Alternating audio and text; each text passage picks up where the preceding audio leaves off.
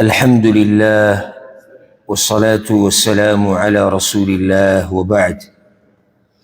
د سورة البقرة یوسل دولسم آیت پوری خبر شیوه. شروع بنن د یوسل دیارلسم آیت نکو دا اللہ رب العزت پا توفیق و پا رحم و پا کرم سر.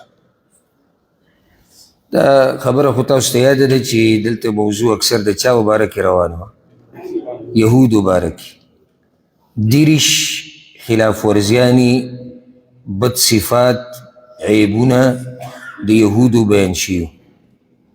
سلیرشتم عیب وس بیانی گیا غدا چی یهودیان وی چی دا نصاراو سا دین نده، نصاراوی دا یهودیانو سا دین نده. خدا خبر با دا مکی مشرکان کوله چی یره دا دی مسلمانانو اس دین نده، دا دی پیغمبر صلی اللہ علیہ وسلم دا دین اس دین نده او کیو منگا یو پا حق باندی بس. دکا خبر اللہ دی آیت کی کئی اعوذ باللہ من الشیطان الرجیم بسم اللہ الرحمن الرحیم وقالت اليهود ليست النصارى على شيء او يهوديان چی ندی نصارى پیس دین باندی. وقالت النصارى ليست اليهود على شيء او نصارى چی ندی يهوديان پیس دین باندی. وهم يتلون الكتاب او حال دا چی دوی الولی کتاب. كذلك قال الذين لا يعلمون مثل قولهم دغشان ویلو یا دغشان بویل غکسانو چی نپوی دل پشان دوینا ددوی. فالله يحكم بينهم يوم القيامة بس اللہ بفیصلو کی پمینز ددوی کی پورز د قیامت. فيما كانوا فيه يختلفون پاگا سکی چی دوی پاگی کی اختلاف کو. دا سلیرشتم عیب دا دوی بیان شو. ما پرون دا خبر ذکر کڑی و چی کل دا نجران دا نصارا رالو دا رسول اللہ صلی اللہ علیہ وسلم خواتنو پا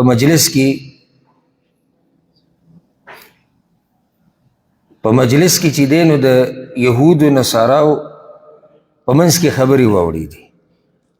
یو خبر پاگی کی دا شیوا چی یو کس را پاسی دو پا نصاراو کی دا نجران دا نصارا چکن او یهودو تیوی ما انتم علا شئی تاسو پا اس دین باندی نئی.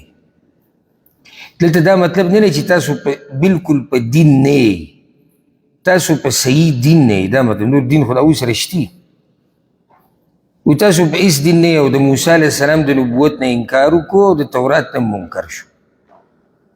پا دی که پا یهودو کی یو کس پاسی دو دا غنوم رافع اگوی ما انتم علا شئی تاسو پا اس دین نئی او کفریو کو انکاریو کو دا عیسیٰ علیہ السلام نو دا انجیل.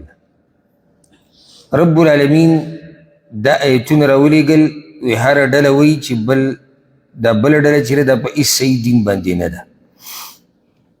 وهم یتلون الكتاب او حال دا چی دوی الولی کتاب یعنی دوی الولی تورات دوی الولی انجیل. پا تورات و انجیل کی خدا خبری نشتی چی دیو بل تکذیب کئی. نہ تورات کی دا خبر دا چی یرا انجیل سے کتاب نہ دے یا عیسیٰ علیہ السلام پیغمبر نو نہ پا انجیل کی دا خبر اشتی.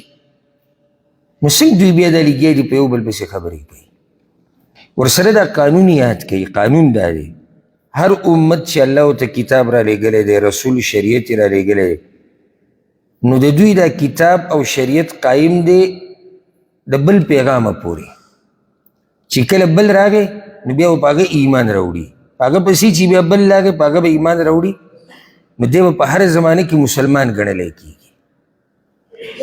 یہود لپکارو چی پا عیسیٰ علیہ السلام ایمان راوڑے، بیا نصاراو لپکارو چی پا رسول اللہ علیہ وسلم ایمان راوڑے. ونا ابوی ونخطو یو بل پر یو استادین صحیح نرے بلو استادین صحیح نرے. فائدہ لیتا یادا کا گھٹا فائدہ. اللہ رب العزت اصل کی منگتا دا خبر رکھے چی تاسو بدا کسی نکوئے. مسلمانانو کمشتی بس جاہلان دا چی پا فرقو مذہبونو تنظیمونو پارٹیانو کی تقسیم شوید اگویم دا چگی ہوئی. لستم علی شی، ستاسو هیڅ دین نه دی، ستاسو لار صحیح نه ده. لکه دا په دې نه کېږي چې ته تشې دعوې کې عمل ته که ته غواړې، ته خپل عمل ته وګورې چې ستا عمل د قرآن او حدیث موافق دی که د مخامخ سړي. د چا عمل چې د قرآن او حدیث موافق دی هغه په صحیح لار روان دی. په شریعت کې دا خبرې نشته. الله وی کذلک قال الذین لا یعلمون مثل قوله، دغه شان ویلي وه هغه کسانو چې نه پوهېدو په شان د وینا د دوی. دا څوک دي؟ دا مشرکان دي، د مکې مشرکان جاهلان. لا یعلمون ویل هغوی په باره کې، ولې ځکه د هغوی سره کتاب نه و. مکې د مشرکانو سره کتاب نه و. هغوی هم داسې خبره کړې وه. هغوی څه خبره کړې وه؟ هغوی دا ویلو ان محمدا لیس علی شی، محمد صلی الله علیه وسلم او د هغه ملګري په هېڅ دین باندې نه دي. دین خو زموږ دا صحیح دین دی. او ځکه به هغوی چې چا به حق قبول کړو نو هغه ته به صحابي وي، وي دی صحابي شو، یعنې دی د دین نه ووتو، د ده هېڅ دین نشته. څه ناشنا خبره الله وکړه، فالله یحکم بینهم یوم القیامه. د دې ټولو اختلافاتو فیصله به د قیامت په ورځ الله کوي. او د دې به پته ولګي چې څوک په حقه دی او څوک په ناحقه دی. او را به شي انشاءالله د قرآن کې الله وي د قیامت په ورځ به هر نفس لګیایي، د خپل ځان په باره کې به ماریزې او خبرې کوي د الله سره. نو قیامت ته ډېرې جګړې پاتې دي، ډېر اختلافات چې د هغې فیصلې، ډېرې جګړې چې د هغې فیصلې به د قیامت په ورځ کېږي. یو لویه ورځ ده. د دې اختلافاتو فیصله به هم کېږي چې څوک په حق دین باندې و. بیا په مسلمانانو کې دننه چې کمې فرقې دي او په یو بل باندې فتوې لګوي، د دوی به هم فیصله کېږي. بیا د عامو بندګانو په منځ کې چې د یو بل سره کوم اختلافات دي، د دې به هم فیصله کېږي. ځکه هغې ته د فیصلو ورځ ویله کېږي. الله دې په هغه ورځ موږ باندې رحم وکړي. څلېرویشت خلاف ورزیانې شوې. اوس پنځویشتمه دا ده چې دوی د رب العالمین کورونه ورانوي، جوماتونه ورانوي او خلک پکې بندګۍ ته نه پرېږدي.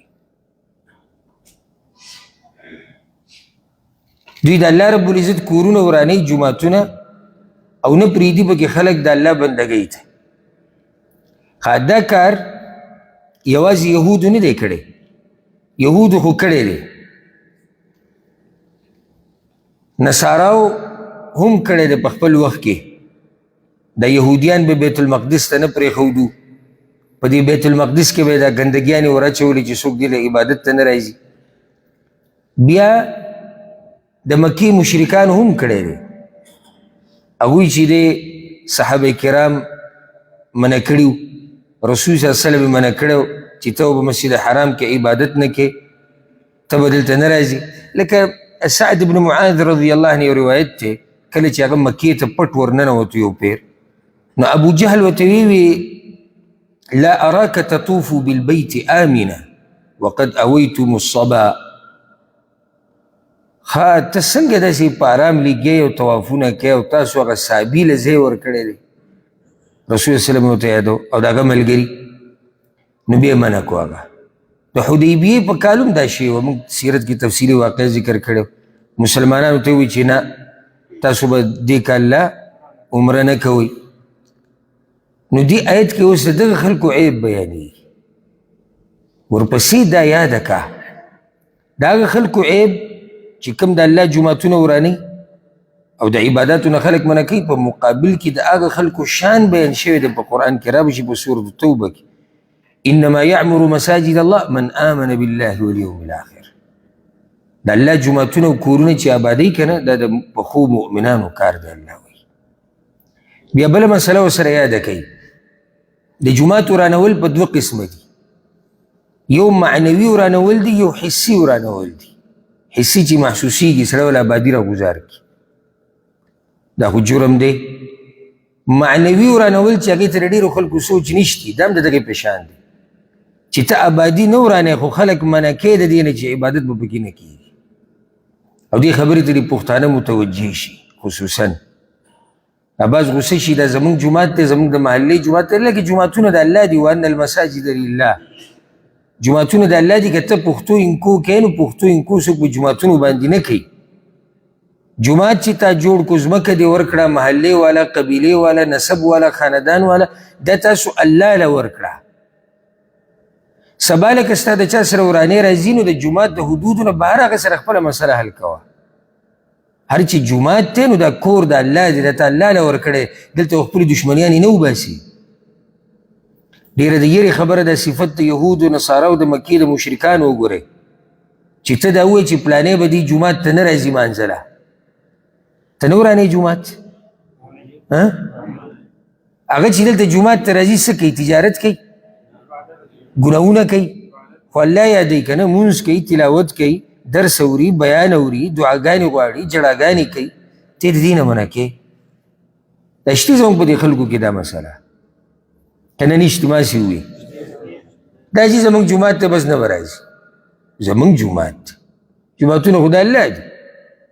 ته که داسې ووایې چې یاره موږ جوړ کړی دی یا موږ له ځمکه ورکړې، خو ته الله له ورکړه نو خبره ختمه شوه.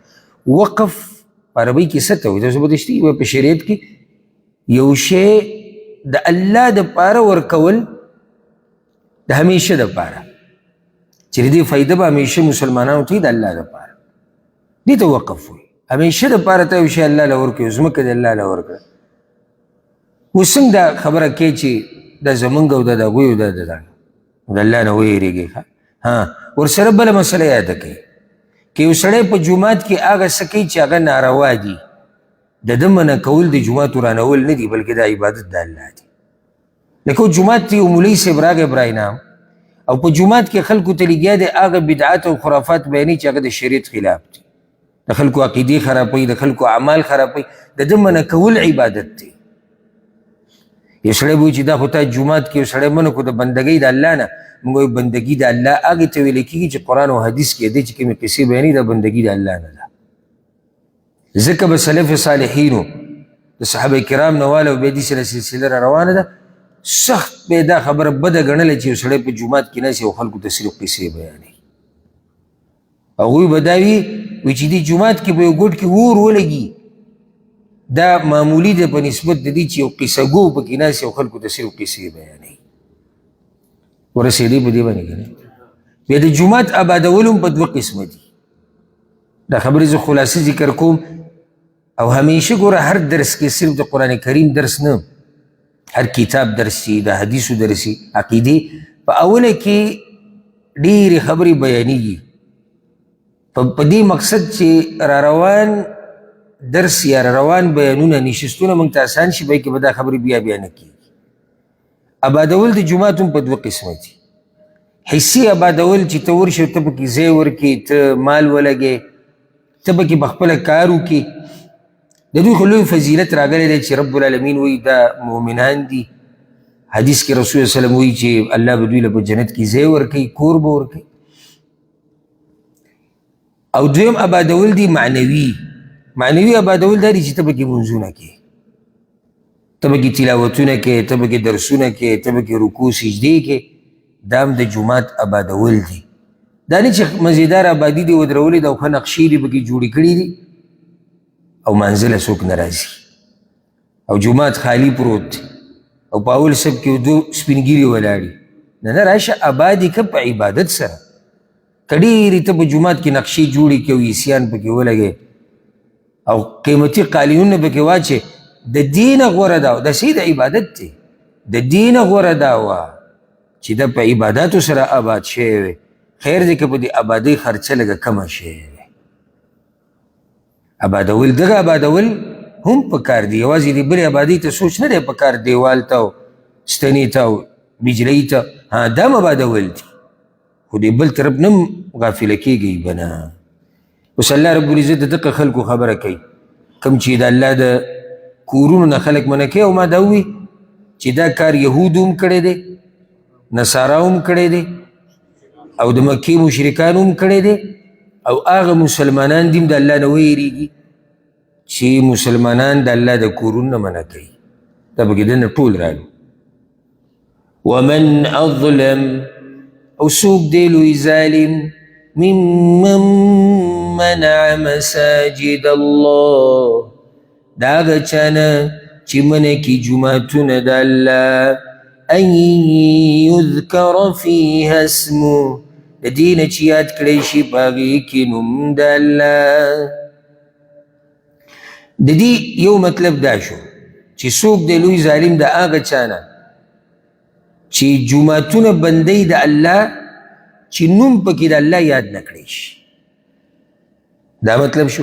یا څوک دی لوی ظالم د هغه چا نه چې د الله په جوماتونو کې نوم یادول د هغه بندوي. دواړه خبرې پکې راغلي. لکه یو سړی جومات قرآني آبادي وله ګزاري خو مقصد یې دا دی چې د الله نوم پکې یاد نه شي. یو سړی آبادۍ ته څه نه وایي خو دننه پکې څوک نه پرېږدي د الله د نوم یادولو ته، دیم جومات یې وران کړو.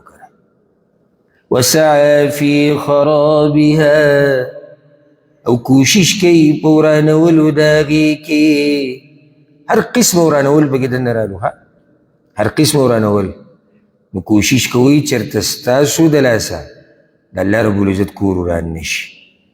چېرته ستاسو د لاسه یو مسلمان د الله د کور نه منع نه شي. زموږ په ملکونو کې خو بعضو جوماتونو باندې بورډ لګېدلی باقاعده، دلته به صرف پلاني مسلک والا راځي، دا جومات د الله دی، کور د الله دی. دلته به صرف چې دی بعضو لیکلي بریلیان به راځي، بعضو دلته به صرف دیوبندیان مونځ کوي، بعضو دلته به صرف حنفي مذهب والا، بعض شافعي مذهب والا. دا خو بیا جومات ته د الله دپاره نه دی جوړ کړی.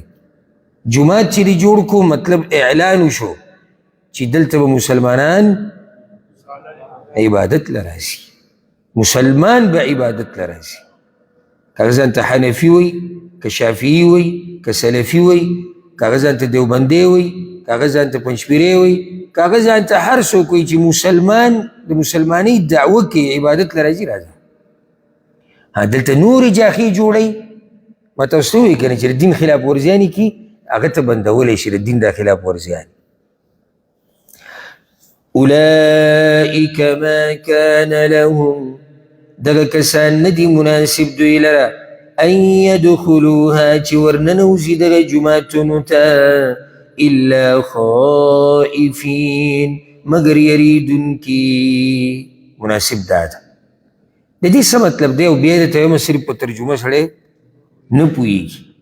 مطلب دلته دا دی الله وی مؤمنانو له پکار ده چې د دې کافرانو سره داسې څه وکړي که سبا له بیا دوی د جوماتونو ته راځي چې راننوځي نو په یرې سره راننوځي.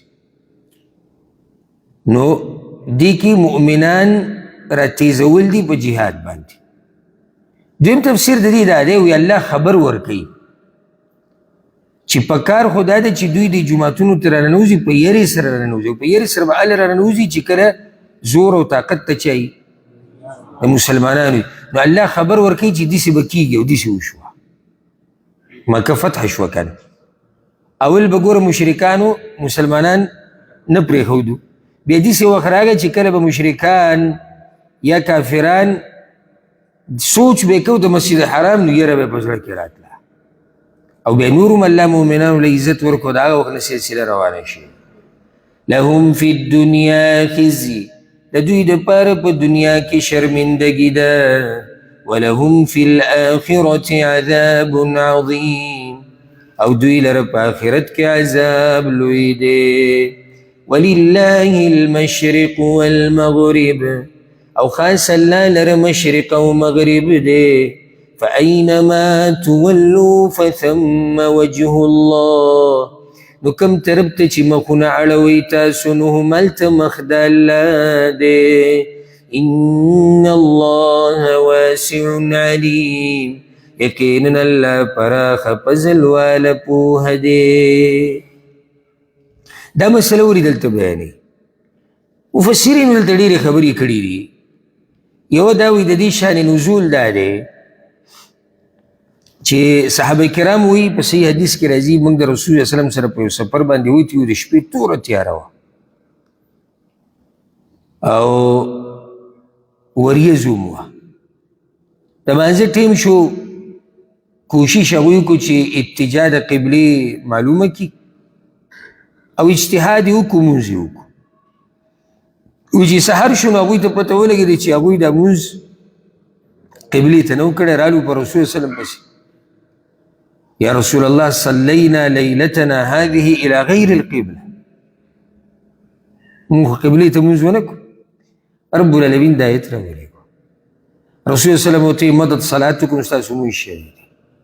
دې نه ګوره دا مسله راووته که نه چې کله ته داسې علاقې ته ورشي تا ته قبله نه معلومه او شرط پکې دی ته کوشش وکړي د معلومول یعنې جوماتونه نشتي چې ته د محراب نه معلوم کړي څوک نشتي ته دې تپوس وکړي تا سره څه آله نشتي اگر که نن سبا دا داسې نادره قصه وي خو تا سره څه آله نشتي چې ته پکې قبله معلومه کړي چا نه ته او تا خپل کوشش وکړو مونځ دې وکړو مانځه نه بعد تا ته پته ولګوي چېرې مونځ ما قبلې ته نه وکړه نو مونځ وشو په شرط د دې چې تا کوشش کړی چې کوشش دې نه کړی بیا مونځ نه کېږي نو یې الله دا آیت راولېږو چې ځمکه ټوله د الله ده مشرق دی که مغرب دی ستاسو مونځ صحیح دی چا دا ویلي دي وي دا مسافر دپاره الله را لېږلی دی چې نفلي مونځ د سفر په حالات کې په سورلۍ باندې کېږي او د سورلۍ چې کم طرف ته مخی دا مونځ صحیح دی صحیح مسلم کې حدیث دی په نورو کې ډېرو کتابونو کې موږ عامو درسونو کې ذکر کړی عبدالله بن عمر وایي چې رسول الله وسلم به د سفر په دوران کې نفلي مونځ په سورلۍ باندې کوه او د سورلۍ چې به کم طرف ته مخه وه نو هدایت د هغوی دپاره دی او چې سوچ به کې وکړي که نه چې سوچ به کې وکړي دا آیت د تیر شوي آیت سره لګي او د روانو آیتونو سره هم لګي او هغه داسې قرآن کریم د سوچ کتاب دی د څه د سوچ دا سرسري چې وی سړی پرې نه رسي مخکې الله وایي چې تیر شوي آیت کې چې کافران د الله جوماتونه ورانوي او خلک ترې منع کوي الله تسلي مؤمنانو له ورکوي وي مشرق او مغرب د الله دی زه خپل عبادت کوئ که دوی تاسو منع کړي نو څه خبره وخو نه درېده هر طرف ته چې تاسو ورځئ هلته مخه د الله ده جهاد ته وجه مخ د الله دی منځونه کوئ دویمه ده یو څو مخه بعد یو څو مخه بعد دو درې مخه بعد مسله د قبلې را روانه ده چې قبله د بیت المقدس نه بدله شوه څه ته کعبې ته د دې ځینې الله موږ پوه کوي چې اعتراض ته ضرورت نشتی مشرق هم د الله دی مغرب هم د الله دی چې کوم طرف ته ستاسو مخه اړی جو اړی به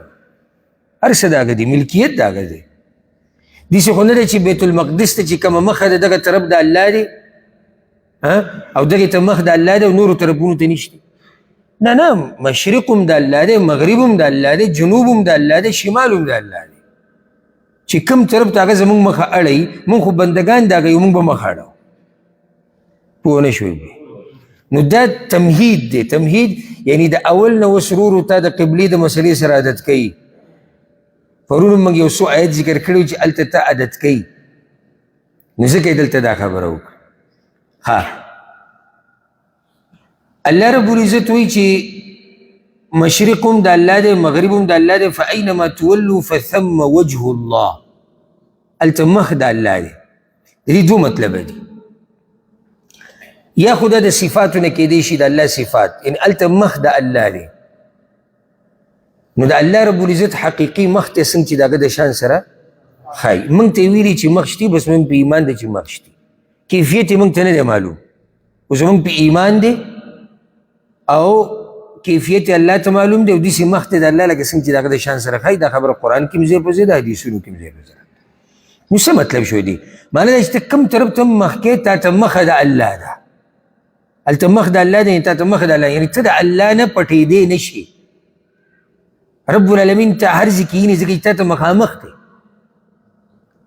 نو دې کې یره هم پرته ده دننه دویم دا بعضو علما ویلي دي وایي دلته د وجه نه مراد جهت دی ځکه په عربۍ کې وجه جهت ته هم وایي دغه کم طرف ته چې ته مخکې دغه مخه د الله دی یعنې دغه قبله د الله ده لمونځ کوه ځکه چې تا له دا کار چا روا کړی دی الله روا کړی دی نو که موږ وایو چې دغه جهت د الله دی یعنې قبله د الله ده هم صحیح ده او که موږ وایو چې دا مخ د الله دی کوم طرف چې ته مخکې هلته مخ د الله دی نو دا خبره هم صحیح ده ځکه چې مخ د الله حقیقي صفت دی او ته چې کوم طرف ته مخکې هلته مخ د الله دی تا ته مخامخ دی تعیني ستا اوري ته د هغه نه پټېدی نه شي بیا پکې دا وایي چې والله واسع علیم والله پراخه فضل والا دی پوهه دی دې کې هم ګوره اشاره ده پټه چې الله پراخه فضل والا دی یو فضل به کوي په مؤمنانو باندې هغه فضل څه دی کعبه ولا قبله وګرځوله دا فضل کېدو والا دی بیا پوهه دی کله به دا فضل راوري په چا به دا فضل کوي څوک حقدار دی څوک نه دی رب العالمین په دې پوهه دی. اوس د یهودو شپږشتمه خلاف ورزي ذکر کیږي ورسره د نصاراو او پکې مشرکان هم رالو چې یهودو الله لره بچی ثابت کړی دی. دا دومره ظالمان دي. الله وایي دغه خبره خو پرېږده چې دوی تاسو منع کوي د کورونو د الله نه، دوی خو د الله دپاره بچی هم ثابت کړی دی. وقالوا اتخذ الله ولدا او وی دوی چې نیولی دی الله بچی سبحانه پاک دی الله د دینا بل له ما فی السماوات والارض بلکې د هغه په اختیار کې دي هغه څه چې په اسمانونو او ځمکه کې دي کل له قانتون ټول د هغه تابعدار دي. یهود ویلو عزیر د الله زوی دی او نصارا ویلو عیسی علیه السلام د الله زوی دی. مشرکین وایي ملائک د الله لوڼې دي. زمونږ د زماني مشرکان وایي پلانې د الله نازولی دی پلانې نازولی دی. الله وایي سبحانه الله پاک دی د ټولو خبرونه. نو بیا وایي چې ځمکه اسمانونو کې چې څه دي د الله دي او الله ته تابعدار دي. اشاره دې ته کوي چې د کوم رب داسې بچایي نو د بچي ته څه ضرورت دی. بچی ته خو ضرورت زمونږ په شان کمزور مخلوق لري. لکه چې موږ باندې کمزورتیا راځي په موږ بوډاوالی راځي په موږ مرګ راځي. الله رب العزت ته د بچي څه ضرورت دی.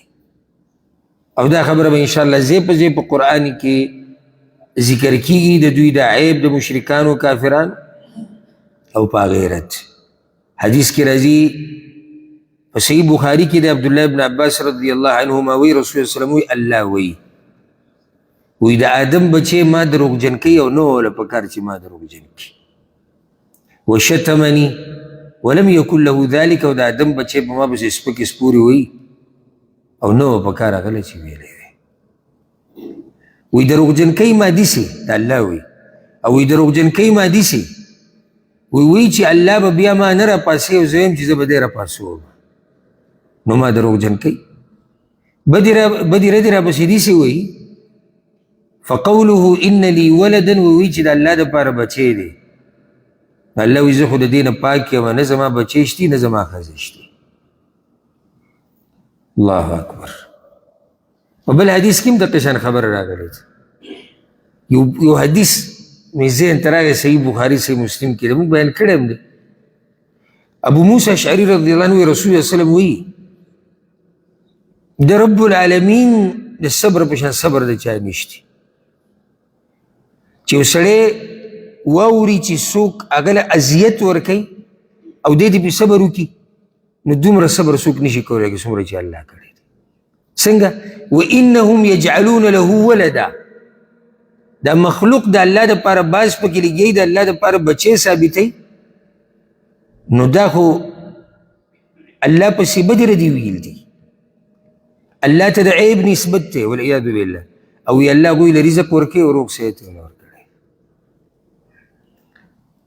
الله ولا رزق ورکي او الله ولا روغ صحت ورکړی دی هغوی دا کوي. نو معمولي کار دوی نه دی کړی. الله قرآن کوي تکاد السماوات يتفطرن منه وتنشق الارض وتخر الجبال هدا ان دعوا للرحمن ولدا. نږدې دی چې د اسمانونه ټول چاودلی وی دا ځمکه دا غرونه چې دی دا زره زره شی وی د الله دپاره دوی بچی ثابت کړو. دا څه وړه خبره خو نه ده. بدیع السماوات والارض ناشنا پیدا کوونکی د اسمانونو او د ځمکې دی. بدیع داسې ونه چې پیدا کوونکی دی ناشنا پیدا کوونکی معنی چې دا کار د الله نه مخکې چا نه دی کړی. ځکه بدعت ته په دین کې چې ته بدعت وکړې هغې ته ولې بدعت وایي ځکه چې د دې کار څه اصل مخکې نشتی. ته اولنی کسې چې ته یې کوې په دین کې څه دلیل نشتی.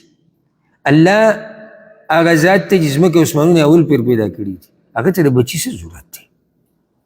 دلته یو سوال زړه کې راځي چې صرف ځمکې او اسمانونه خو الله اول پیر نه دي پیدا کړي رب العالمین خو نور مخلوق هم پیدا کړی او هغه اول پیر الله پیدا کړی او بیا به الله پیدا کړي بل څوک نشي پیدا کولی. نو جواب دا دی چې ځمکه او اسمانونه په دې وجه کې چې دا ښکاره دي. ځمکه کته ورته وګوره اسمان بره وګوره دا الله پیدا کړي دي داسې رب بچي ته څه صورت لري او صرف دا نه واذا قضى امرا او کله چې فیصله کوي د یو کار فانما يقول نو وایي هغه فانما يقول له نو وایي هغه کار ته كن شاء فيكون هغه وشي كن شاء هغه وشي نو دې رب ته د بچي څه صورت دی صورت ورته نشته هغه د شان سره دا ښایي نه چې د هغه د ولدي د هغه د بچی د هغه د نازولی اوس الله رب العزت د یهودو ویشتم عیب ذکر کوي چې دوی په دې اعتراضونو کې بالکل د مشرکانو په شان خوی کوي ځکه چې اعتراضات هغه مشرکانو هم کړي د الله په دین باندې یهود هم لګیا دي حق شان اعتراض کوي نو په دوی کې به کې څه فرق پاتې شو او حالانکه دوی دعوه څه کوي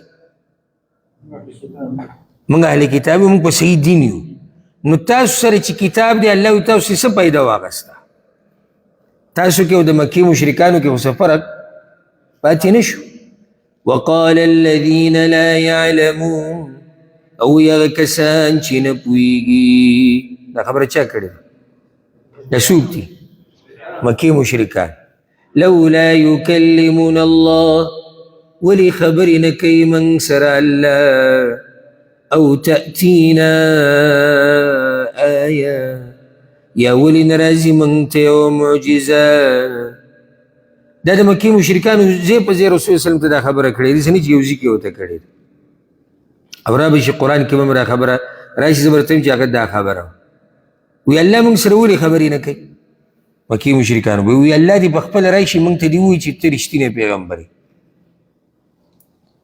او کله به وی چې زمونږ د مزاج مطابق نښې ولې نه راځي وقالوا لولا نزل عليه آیة من ربه کله به وی دا غرونه دې ځینې لرې که د مکې نه کله به وی دا غرونه د سرو زرو که نو الله رب العزت وی د مشرکانو دا خبرې او د اهل کتابو داسې خبرې بلکل یو شان دي اهل کتابو ولې نه ویلي موسی علیه السلام ته ارنا الله جهره موږ ته الله راښکاره دي شي او دا دې وشي او دغه دې وشي او کله چې اهل کتاب رالو په رسول وسلم پسې خصوصا یهود او دی وی د اسمان نه زموږ دپاره خاص کتاب راوړه الله پیغمبر صلی الله علیه وسلم ته وی په دې تعجب مه کوه دوی د موسی علیه السلام نه د دې نه زیاتې او لویې مطالبې کړي دي نو په دې اعتراضونو کې او مطالبو کې مشرکان او یهود و نصارا څه دي یو شان دي ځکه الله رب العزت وایي كذلك قال الذين من قبلهم مثل قولهم دغه شان ویلي واغه کسانو چې د دوی نه مخکې وو په شان د وینا د دوی نه مخکې څوک وو بني اسرائیل یهود و نصارا یو شان شو نو دا عیب نه شو د اهل کتابو عیب شو که نه شو یعنی د دوی خبرې او خبرې د هغه چا چې کتاب ورسره نشتي هغه یو شان دي دوی په کتاب څه عمل کړی تشابهت قلوبهم یو شان شوي دي زړونه د دوی اصل کې دنه مسله یو شان ده دنه نو چې دنه مسله یو شان ده نو ظاهره کې بیا د دوی خبرې او اعتراضات هم یو شان دي قد بينا الآيات لقوم يوقنون یقینا من بیان کړي دي آیتونه د هغه قوم دپاره چې یقین لري دا خبره ولې دلته وکړه وی چې څوک یقین لري که نه الله وی د هغوی دپاره ما کافي نښې آیتونه قدرتونه هر څه بیان کړي دي او چې نه یې مني که نه هغه یې نه مني مکې مشرکانو مطالبې کړې وي بعض مطالبې الله هغوی له پوره کړې وي د هغې نه باید ایمان راوړه نه یې راوړه نو الله وی چې څوک یقین لري که نه د هغوی دپاره ښه کافي نښې الله رالیږلي دي او که آیات نه مراد شي د قرآني آیت نو دا آیات الله واضح کړي دي او هغه خلک په ایمان لري اوس الله پیغمبر ته وایي چې ستا ګورې دغه کار نه دی چې ته به د دوی مطالبې پوره کوې.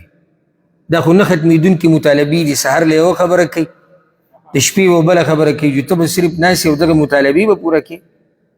إنا أرسلناك بالحق بشيرا ونذيرا، یقینا موږ ته لېږلی په حق سره زیری ورکوونکی او یره ورکوونکی.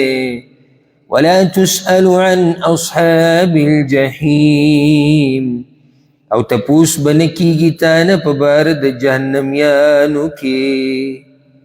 ستا کار څه دی؟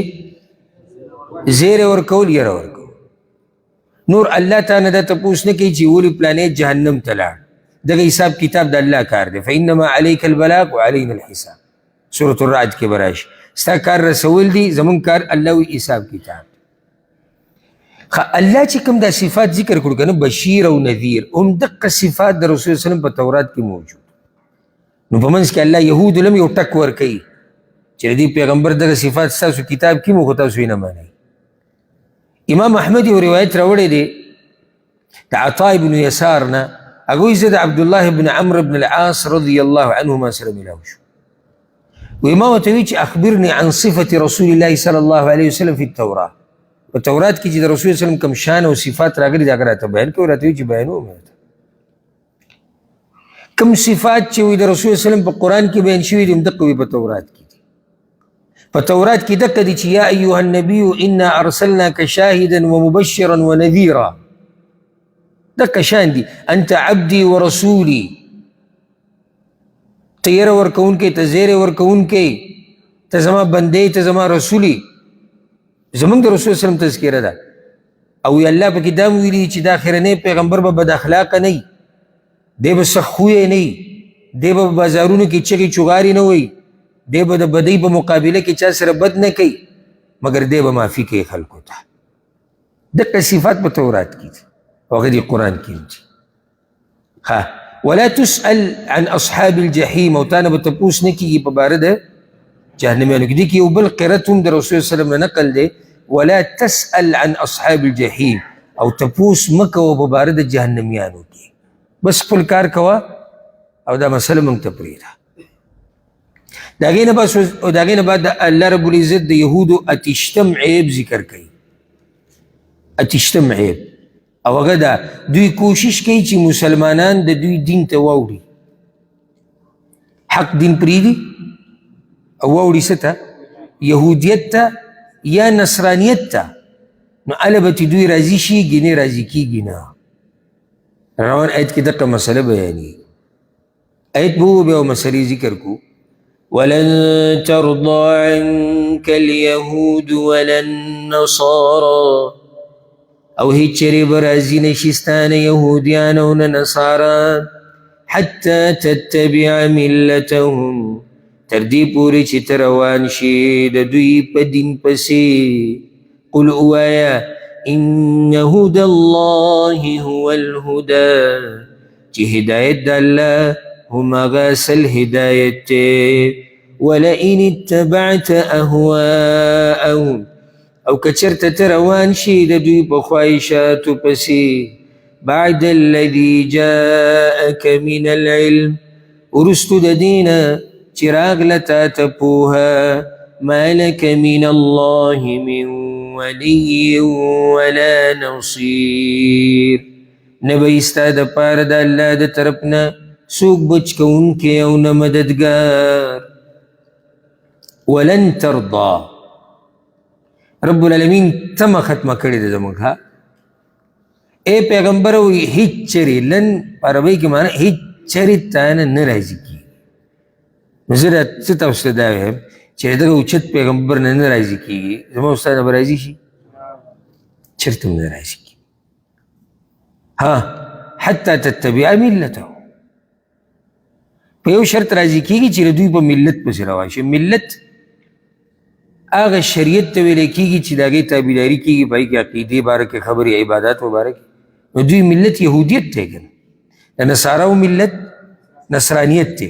که چېرته نصرانۍ شوې یا یهودۍ شوې، بیا د نه راضي کېږي. نو دا خبره خو واضح شوه چې کله یهود و نصارا دا خبره ښکاره کوله چې موږ راضي یو د پلاني او علاني نه، نو دوه خبرې به یا خو دې سړي خپل دین پرېښودی دی والعیاذ بالله، او که دین یې نه دی پرېښودی نو د دوی څه چل ولته اراده ده، څه خباثت یې شتي زړه کې. ځکه چې کیدی نشي چې یو مسلمان د دوی د دین تابعداري ونه کړي او دوی دې ته راضي شي. دا خبره د چا ده؟ د الله. دا زما خبره نه، د هغه چا خبره ده چې هغه علیم بذات الصدور دی، هغه په سینو باندې پوهه ده، هغه په زړونو باندې پوهه ده، هغه په رازونو باندې پوهه ده. دا خبره د هغه ده. قل ان هدى الله هو الهدى، ته ورته ووایه چې حق دین خو او صحیح هدایت، یقیني هدایت خو هدایت د الله دی. دا خبره ورته ولې وکړه؟ ځکه چې هغه وایي زموږ دین ته راشي موږ به راضي شو، معنی زموږ دین حق دین دی. نو ته ورته هم ښه څه ووایه چې دین او هدایت خو یو دی، نو دغه اسلام دی. اوس څنګه به یو سړی صحیح دین پرېږدي او خوا به اوړي؟ او امام ابن ابي حاتم خپل سند سره یو روایت راوړی د قتاده رحمه الله نه، هغه دا ایت وی قل ان هدى الله هو الهدى، وی دا یوه خبره ده چې رب العالمین خپل پیغمبر ته او د هغه ملګرو ته ښوولې وه چې کله د سره ګمراهان باس کوي نو بنیاد ورته بیان که ان هدى الله هو الهدى. هدایت صحیح هدایت کم یو دی چې کم د الله له طرف نه دی. دا بنیادي خبره ده. بیا الله پیغمبر ته وویل ان اتبعت اهواهم، او که ته روان شوې په خواهشاتو د دوی پسې، د دې نه واضحه شوه چې یهود و نصاره په خواهشاتو پسې روان دي، په صحیح دین پسې نه دي روان. ولې که صحیح دین پسې روان وي نو بیا به الله ویلی که چېرته ته روان شوې په دین د دوی پسې، خیال هم دی که نه، خواهشات وي، ځکه چې هغوی په خپل هم په خواهشاتو پسې روان دي. بعد الذي جاءك من العلم، وروستو د دې نه چې الله تعالی علم درکو، علم یې څه درکو؟ دلایل یې درکړو، د دین د حقانیت وحی در ولېږله، هر څه درته وښو. نو که د دې نه بعد هم ته د دوی په خواهشاتو پسې روان شوې نو ګورې نه به ستا څوک دوستي او نه به مددګاري د الله نه به دې څوک بچ نه کړي. پیغمبر صلی الله علیه وسلم خو کیدی نه شو چې د دوی د خواهشاتو تابعداري کړی، خو دا اصل کې دا خبره دا امت ته کېږي چې مطلب دا دی چې د دې پیغمبر سره پکې گنجایش نه کېږي نو بل چا سره به څه گنجایش وشي. مطلب دا دی. اوس د دې نه بعد الله رب العزت وایي چې نه، ښه خلک هم شتي په اهل کتابو کې. دا د رب العالمین انصاف دی او عدل دی، ځکه چې مخکې پته ولګېده تېر شوي آیت کې چې اصل هدایت کم یو دی چې کم د الله د طرف نه دی، هغه اصل هدایت دی. نو څوک بیا په دې صحیح هدایت باندې دي؟ دا سوال زړه ته راغی، د هغې جواب الذین آتیناهم الکتاب، هغه کسان چې موږ ورکړی دی هغوی ته کتاب، یتلونه حق تلاوته، لولي هغه په لایق د لوستلو د هغې سره، اولئک یؤمنون به، دغه کسان ایمان لري په هغې باندې، ومن یکفر به، او چا چې کفر وکړو په دغه کتاب، فاولئک هم الخاسرون، نو دغه کسان خاص هم دوی تاوانیان دي. او دلته د مفسرینو اقوال دي. یو دا وی دا خبر الله د یهود و نصاراو مبارکې کوي چې هغه کسان چې موږ ورته کتاب ورکړی دی په دوی کې چې کومو خلکو دا کتاب صحیح لوستلی دی که نه، نو هغوی په خپل کتاب هم ایمان راوړي، په قرآن هم ایمان راوړي. دا په هدایت دی. او بعض وایي چې دلته خبره د مسلمانانو روانه ده چې وګوره صحیح هدایت باندې مسلمانان دي، الله ولا کتاب ورکړی دی او دوی دا کتاب لوستلی دی په لایق د لوستلو د هغې سره، نو دا خلک کامیاب دي. چا چې کفر کړی دی هغه تاوانیان دي. او بعض مفسرینو دا ویلي دی، دا ښه قول دی، وی دلته یهود و نصارا مسلمانان ټول راغلي، هر چاله چې الله کتاب ورکړی دی، یهودیانو له الله تورات ورکړی، نصاراو له انجیل ورکړی، مسلمانانو له قرآن ورکړی، هر چاله چې الله کتاب ورکړی دی دوی دا کتاب لوستلی دی په صحیح لوستلو سره، ځکه خلک کامیاب دي او دوی ایمان راوړی. اوس یهودو کومو کسانو تورات صحیح لوستلی دی او صحیح لوستل څه ته وایي هغه درته بیا بیانو، هغوی زموږ په پیغمبر ایمان راوړی دی. انجیل چې چا صحیح لوستلی په نصاراو کې هغوی زموږ په نبي ایمان راوړی. مسلمانانو کې چې چا قرآن صحیح لوستلی دی هغوی په الله باندې مضبوط ایمان دی، په آخرت، په رسولانو، په کتابونو، په ټولو باندې. دا ټول پکې دننه رالو که رانلو. اوس سوال یو په زړه کې پاتې شو، څه صحیح لوستل څه ته وایي؟ حق تلاوته یتلونه حق تلاوته، لولي قرآن داسې په لایق د لوستلو دا کوي سره. یو سړی به چې زما خو اواز ډېر ښایسته دی، زمونږ خو پکې کامیاب شو. واوره حق د تلاوت داسې لکه څنګه چې په کار دی د قرآن لوستل په ښایسته طریقې سره، یادول د هغې ټوله غټه خبره، عمل کول په هغې باندې، ځان پوه کول په هغې باندې، نورو ته بیانول، دا ټول په دې کې دننه راځي. عبدالله ابن مسعود رضی الله عنه د دې آیت وضاحت په خپله کړی دی. امام طبري دا اثر راوړی وایي هغه وایي چې زما دې په الله قسمي ان حق تلاوته، د قرآن لوستل داسې لکه څنګه چې لایق دي د دې سره هغه دا دي چې حلالو ته به وله حلال وی، حرامو ته به وله حرام وی، او داسې به یې لولي لکه څنګه چې الله را لېږلی دی، او دننه به پکې تحریفات نه کوي، معنی به وله نه بدلی را بدلی. ورسېدی پې که نه چا چې قرآن داسې لوستلی دی رب العالمین وایي دوی حقیقي ایمان دی په قرآن باندې، په الله باندې او په دین باندې، همدا کامیاب دي. او چا چې داسې نه دی لوستلی هغه تاوانیان دي. زموږ دپاره پکې دا درس شو او دا عبرت شو چې قرآن صرف الله دې له نه دی رالیږلی چې دا به ښکلو را ښکلو. الذین آتیناهم الکتاب یتلونه حق تلاوته، لولي په لایق د لوستلو د هغې سره. صرف خبره د ښکلولو نه ده، صرف خبره د دې نه ده چې هفته کې یا په میاشت کې چې کله زموږ طبیعت او چروک برابري داسې یو دوه کرښې پکې ووایو. صرف خبره د دې نه ده چې روجې ته به موږ ډډه لګولي او بیا به ختمونه شروع کوو، خبره د دې نه ده. دا د ژوند دستور دی. ته چې د مور د خېټې نه راوتی او د مرګه پورې دا خبره موږ سره روانه ده. د دې به تلاوت کې او تلاوت به هله وکړي چې کله یې زده کړي، کله یې زده کړي. تلاوت به هله یې زده کړي چې کله چاته کښېني، سلسله داسې ده. تلاوت به هله وکړي چې کله یې زده کړي او زده به هله کړي چې چاته کښېني، او چاته به کښېني هله چې کله د دین سره د محبت وي، او دین سره به د محبت هله پیدا شي چې کله الله ته نږدې شي، او الله ته به نږدې هله شي چې کله صحیح دین باندې روان شي، او صحیح دین باندې روان هله شي چې کله قرآن او حدیث تابعداري وکړي، ډایرکټ دی الله ته رسوي. دا ټوله سلسله داسې روانه ده. د قرآن تلاوت به یې زده کړي، نو بیا دویمه مرحله پسې دا ده چې د دې ترجمه به یې زده کړي. عجمو دپاره پکې ترجمه هم ده، عربو صرف تفسیر ته ضرورت لري، ځکه دقه عربي د هغوی پې نه پوهېږي. ګوره دا مطلب نه بعض خلک وایي نو دی خو په قرآن پوهېږي، عام عربی به دی دی په قرآن پوهېږي. نه، صحیح ده، دا قرآن په عربۍ کې دی خو ډېر عرب پې نه پوهېږي، ځکه چې دا تفسیر ته ضرورت لري. موږ یې تاسو ته ترجمه وکړو، په ترجمې سره به هم پوه نه شئ، نو دقه شان هغه عربی هم په دې آیت پوه نه شي. خو صرف دې چې هغوی ترجمو ته پکې ضرورت نه وي، ته به ترجمه وکړې، بیا به عالم سره کښېنې، تفسیر به زده کړې، عمل به پې کوې، نورو ته به یې ښې. دا د قرآن تلاوت کول دي داسې لکه څنګه چې هغه سره لایق دي. اوس بیا پوه نه یې، نو چې پوه شوې نو بیا عمل به کوئ. صرف خبره به دې ختمیږي نه. ګورئ الله رب العزت دې موږ له طاقت راکړي. ها اوس الله رب العزت درېیم غږ بني اسرائیلو ته کوي.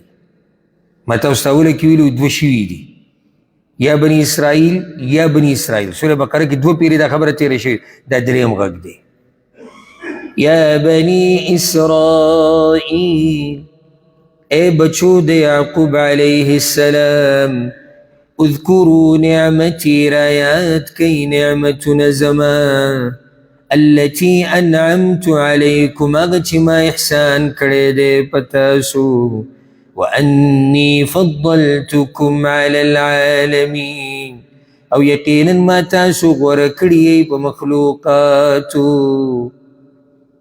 تفصیل مخکې شی دی که نه دی او چې څوک پې نه دی پوهه یا نه و الله یې د هغه مل شي یو حالي دی چې زاړه درسونه واوره سوال الله بیا ولې بني اسرائیلو ته غږ کوي هسې د رب العالمین مهرباني ته وګوره یو څو آیته شاته الله وي دوی وایي چې د الله دپاره بچی دی هغه څوک چې وایي چې د الله دپاره بچی دی الله یې یروي ورده صحیح دین ته واپس شي ما کوي عذاب به د باندې راشي الله به راته به غضب کیږي الله به رانه ناراضه شي دا مهرباني د الله ده داسې مهربانه رب دی د دې نه بعد به څوک د قیامت په ورځ الله ته ووایي چې یا الله تا ما ته بیان نه و کړی تا ما ته نصیحت نه و کړی تا ما له موقع نه و راکړی رب هغه خلکو له موقع ورکوي چې کوم ورله بچی ثابت کړی دی وی د لپاره بچی دی الله هغوی ته نصیحت کوي داسې مهربانه رب بیا یې یری ګوره د آخرت نه دغه شنایت مخکې تېر شوی دی واتقوا یوما او ویرېږئ د هغه لویې ورځې نه لا تجزي نفس عن نفس شیئا چې په کار به رانشي یو نفس د بل نفس هیڅ شی هیڅ فایده وله نشي ورکولی یو نفس بل نفس سره او مخکې وضاحت شوی دی ولا يقبل منها عدل او نبا قبل دیشی د دغې نفس نه جرمانه ولا تنفعها شفاعه او فایده به نه ورکوي دته سپارش چاته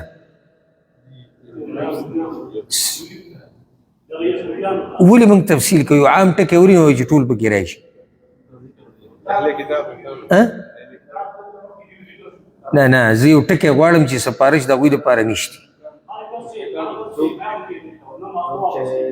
ټولې خبرې صحیح دي یو ټکی ووایي کافران خبره ختمه شو سپارش د قیامت پر ورځ کافرانو دپاره نشته لکه اوس به یو سړی دلته وایي چې الله وایي چې سپارش نشته نور ایتونو کې خو الله وایي چې سپارش به کېږي دا خو یې ټکراو راغی نه ټکراو نه دی ته پوه شوی نه کم ځای کې چې راشي چې سپارش به کېږي پوه شي چې دا د موحد مسلمان دپاره دی کم ځای کې چې راشي چې سپارش نشتي در چا دپاره کافرانو دپاره یو سړی کافر دی نو د ده سپارش د ده مبارک به سپارش څنګه قبول شي هغه د جهنمي همیشه دپاره ولا هم ینصرون او نه به د دوی سره مرسته کېږي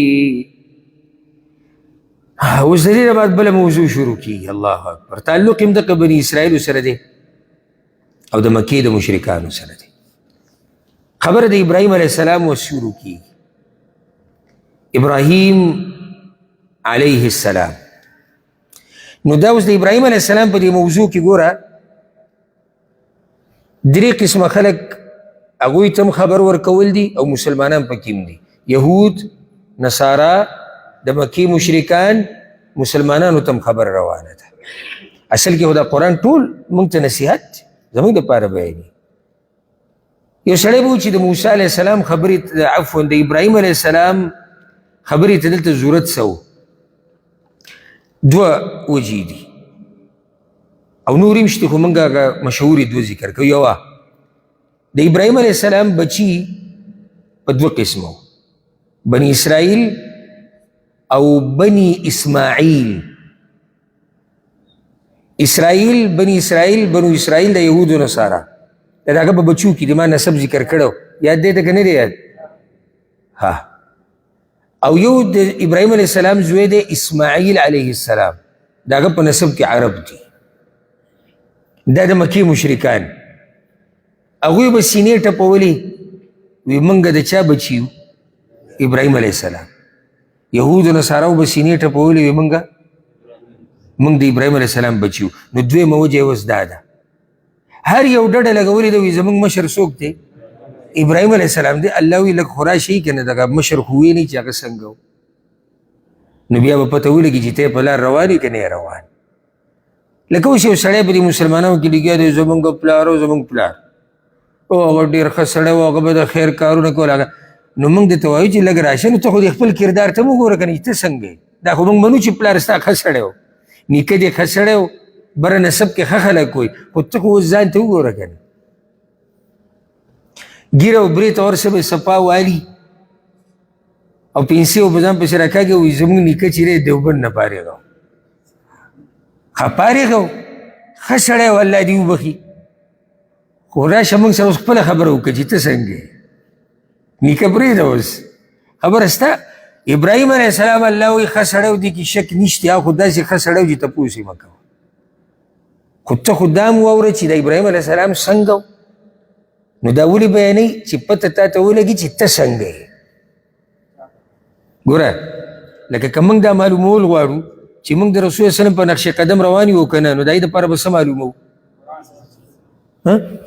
د رسول وسلم سیرت نو چې د رسول وسلم سیرت معلوم کړو نو موږ ته پته ولګي چې موږ څنګه په هغه پسې روان یو څومره اوبو کې یو نو ځکه د ابراهیم علیه السلام بحث کېږي ابراهیم علیه السلام ابراهیم دا نوم چې دی دا اعجمي نوم دی عربی نوم نه دی او د دې مطلب دی مهربانه پلار ابراهیم مطلب دی مهربانه پلار ابو رحیم او د ده نسبت کېږي سام بن نوح علیهم السلام ته د نوح علیه السلام یو زوی سام نوم و هغه ته نسبت کېږي د هغه په بچو کې و او دی په اهواز علاقې کې پیدا شوی و بیا د اهواز نه دی تللی یو علاقې ته هغې ته حوران ویلی کېږي بیا د حوران نه دی د عراق علاقې بابل ته تللی په بابل ښار کې د ده بیا د نمرود سره یا د نمرود سره هغه مناظره هم راغلې وه بیا د یو زنانه سره واده وکړو چې د هغې نوم و سارا د سارا سره بیا د هجرت وکړو لاړ مصر ته او ځان سره سارا بوتله ځکه چې قحطسالي راغلې وه په بابل کې هلته په لاره کې ډېرې مسلې تکلیفونه راغلي وو قصې به تاسو اورېدلي هغه سیرت کې بیانېږي د مصر باچا دله یو تحفه ورکړه او په تحفه کې یو زنانه ورکړه چې د هغې نوم و هاجر چې موږ ته هاجره وایو چې دا وینځه ده یا خادمه ده دا ستا شوه په طور د تحفې او دا د اسماعیل علیه السلام مور وه او سارا مور د چا وه د اسحاق علیه السلام او څوک مشر و دوی کې اسماعیل علیه السلام ځکه هر کال دوره تفسیر کې دا نقطه بیانو اسماعیل علیه السلام څه دی مشر دی اسحاق کشر دی اسماعیل علیه السلام هغه دی چې هغه ته ذبیح الله ویلی کېږي چې حلالول به ولي او زیری چې ورته ورکړی شوی نو په چا باندې په اسحاق علیهم السلام باندې او په اسحاق پسې د اسحاق به زوی د یعقوب علیه السلام د یعقوب بیا څو زامن دي 12 یو پکې څوک دی یوسف علیه السلام د رسول وسلم نه یو پیر صحابه کرامو تپوس وکړو یا رسول الله عزتمند څوک دی څه عام تپوس یې وکړو هغه ورته وي یوسف علیه السلام نبی زوی د نبی زوی د نبی زوی د نبی دا نسب دی یوسف زوی د یعقوب یعقوب زوی د اسحاق اسحاق زوی د ابراهیم علیهم السلام نو د یهودیان نصارا بني اسرائیل دا بیا د یعقوب په اولاد کې دي د اسحاق علیه السلام په اولاد کې راځي ځکه چې اسحاق زوی یعقوب دی بل طرف ته اسماعیل علیه السلام دی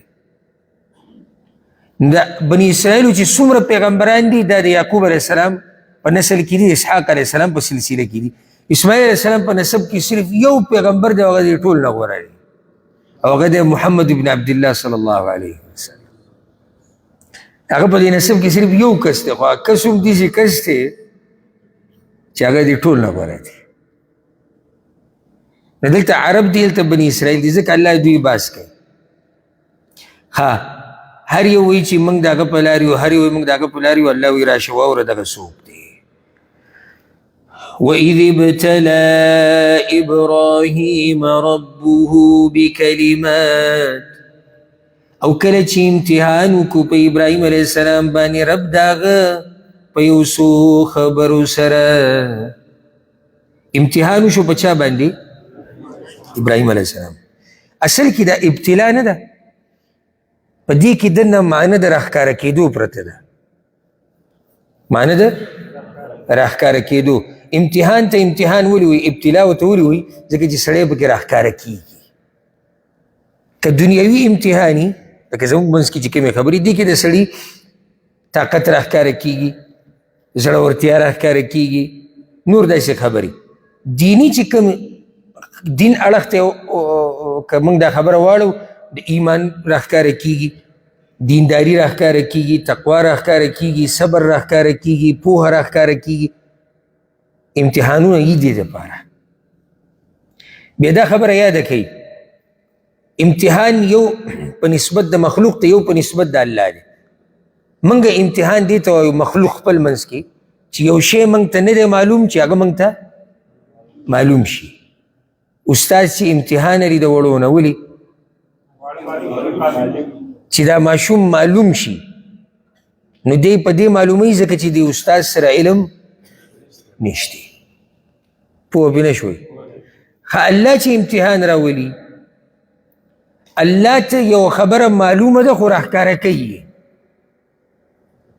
او حجت هم په دې سړي قایم شي چې او زه دومره اوبو کې یم الله امتحان راوستی دی په چا باندې ابراهیم علیه السلام باندې بله مسله تې دا راووته چې امتحانونه اصل بنیادي هغه په نیکانو خلکو راځي حدیث کې راځي چې ټول نه سخت امتحانونه په انبیاو باندې بیا د هغوی په تابعدارو راځي ربه رب پې دا امتحان راوستی و الله پې راوستی و بکلمات په یو څو خبرو سره دې کې بیا د مفسرینو ډېر اقوال دي چې دا خبرې څه دي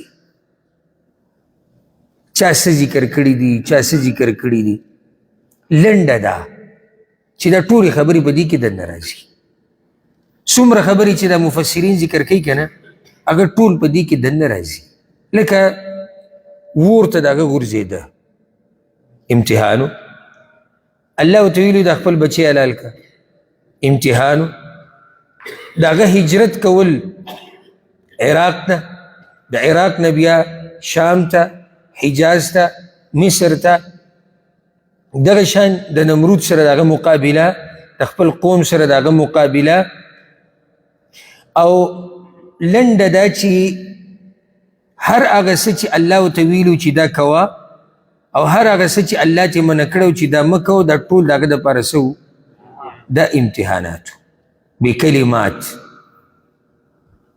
په یو څو خبرو سره رب العالمین د هغه حال بیانوي فأتمهن نو هغه دا پوره دا کړل امتحان کې کامیاب شو او دا هغه انسان دی چې د ده مبارک الله په خپله وایي په سورة النجم کې رابشي و ابراهیم الذي وفا او هغه ابراهیم چې ډېر وفادار وفادارو مطلب دا چې د الله سره کوم لوزونه کړي هغه یې پوره کړي الله چې به کوم امتحانونه راوستي وو هغه سرته رسولي وو په هغې کې کامیاب شوی ها رب العالمین وله یو انعام ورکو نعمت یې وله ورکو قالوا یا الله انی جاعلک للناس اماما یقینا زه ګرځونکی یم تا لره د خلکو دپاره پیشوا امام پیشوا ته وایي مشر ته چې په هغه پسې تګ کیدی شي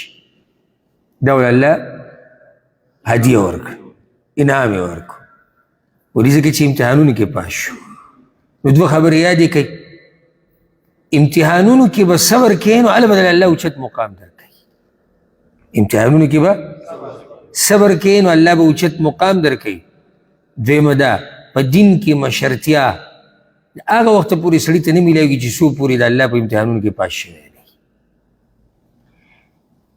ابراهیم علیه السلام دې ټیم کې پیغمبر وو نو بیا ورته الله وایي ته پیشوا شوي امام شوي دلته یو سوال زړه ته راځي ګوره که ستاسو زړه ته راشي هغه دا چې دې پیغمبر و خو دا د ټول نه لوی انعام پې الله کړی و نو چې پیشوای کو امام کو ولې دا د هغې نه غټ انعام شو جواب الله رب العزت هر پیغمبر چې را لېږلی دی هغه د هغه قوم دپاره دی او مشهور هم په هغې قوم کې اکثر پیغمبران داسې دي. ابراهیم علیه السلام هغه انسان دی چې سره د پیغمبرۍ ور الله امامتي ورکړې ده، نو په هغه پسې چې څومره امتونه راغلي دي هر یو خپل نسبت ابراهیم علیه السلام ته کوي. دا هغه زیاتي نعمت دی. او امامتي داسې چې را روان د ده په نسل کې چې څومره پیغمبران دي هغه ټول د ابراهیم علیه السلام په بچو کې دي. یعنې د ابراهیم علیه السلام نه بعد یو پیغمبر او نبي داسې نشتی چې هغه د ابراهیم علیه السلام د نسل نه بهر د امامتي شوه که نه. نو ځکه ورته ویل کېږي ابو الانبیا، د انبیاو پلار. را روان انبیا ټول د ده په نسل کې پلار دی.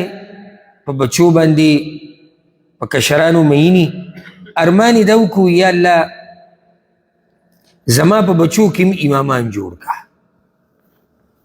دا امامتي هغوی له ورکه. امامتي مشرتیا ته وایي. په دین کې مشرتیا لکه انبیا دا د دین مشران دي. دغه شان درس و تدریس خلکو ته د الله دین بیانول دا دین کې مشرتیا ده. فیصلې کول دا په دین کې مشرتیا ده او داسې پسې بیا دا دیني مشرتیا ده. لازم نه دی چې یو سړی به دیني مشر دی به دنیوي، او کیدای شي چې یو سړی دواړه مشرتیا ورته الله ورکړي چې هغه دیني مشر وي دنیوي مشر وي. نو ده څه ووایي؟ قال ووایي هغه ومن ذریتي او زما د بچو نه هم یا الله زما بچو کې امامان جوړ کړه. د دې نه فایده در راوته چې د بچو دپاره به همیشه خیر غواړي او دعاګانې به غواړي د الله نه. سره د دعاګانو به تربیت کې په دین کې ته مشران جوړ کړه یا الله. داسې نه دي ویلي چې غوټه دنیا وله ورکه او لوی جیداد وله ورکه او بس لوی زور وله ورکه یا الله په دین کې مشران که. رب العالمین ورته ناشنا جواب ورکو. قال الله وی لا ينال عهد الظالمين نرسیږي لوز زما ظالمانو ته. لوز زما د امامتۍ د ورکولو ظالمانو ته نه رسي. ولې؟ سورة الصافات کې به راشي الله وي ومن ذریتهما محسن وظالم لنفسه مبین. د ابراهیم علیه السلام په بچو کې ظالمان هم نیک عمله هم. نو څنګه الله ستا ټولو بچو له امامتي ورکړي؟ هلته به وکړي ظالمان هم شتي. نو الله وایي ظالمانو ته ګوره زما دغه لوز نه دی. دا مشرتیا که میلاویږي چا ته میلاویږي؟ نیک عملو ته میلاو شو پکې که نه. کم را روان انبیا چې دي د ابراهیم علیه السلام پسې او رسولان هغوی ته میلاو شو، خو ټول نه. ولې ټول نه؟ بد عمله پکې هم دي که نه، ظالمان پکې هم دي. قرآن کې دا خبره. اوس د دې نه بعد د البیت الحرام خبره کېږي. البیت الحرام کور د الله کعبه. وجه یو وجه دا ده چې ابراهیم علیه السلام باسی کېږي نو غالبا باس د کعبې کېږي ځکه چې بنیادونه در اوچت کړي. دویمه خبره دې طرف ته اشاره ده چې ابراهیم علیه السلام خو دا کور جوړ کړی په حکم د الله د بندګۍ کولو دپاره. نو څنګه ای مشرکانو تاسو ته خلک منع کوئ د الله د بندګۍ کولو نه؟ دا کور خو الله آباد کړی د بندګۍ دپاره دی او تاسو ته خلک منع کوئ. وَإِذْ جَعَلْنَا الْبَيْتَ مَثَابَةً لِلنَّاسِ او کله چې موږ وګرځو بیت الله ځای د جمع کېدو دپاره د خلکو وَأَمْنَا او ځای د امن. مثابة للناس مثابه ټکی چې دی د دې درې مطلبه کېدی شي. ځای د راجمع کېدو د خلکو، خلک راځي راجمع کېږي هلته. او مثابة للناس بله معنی دا ده ځای د ثوابونو د ګټلو. نو ځای د ثوابونو د ګټلو دی.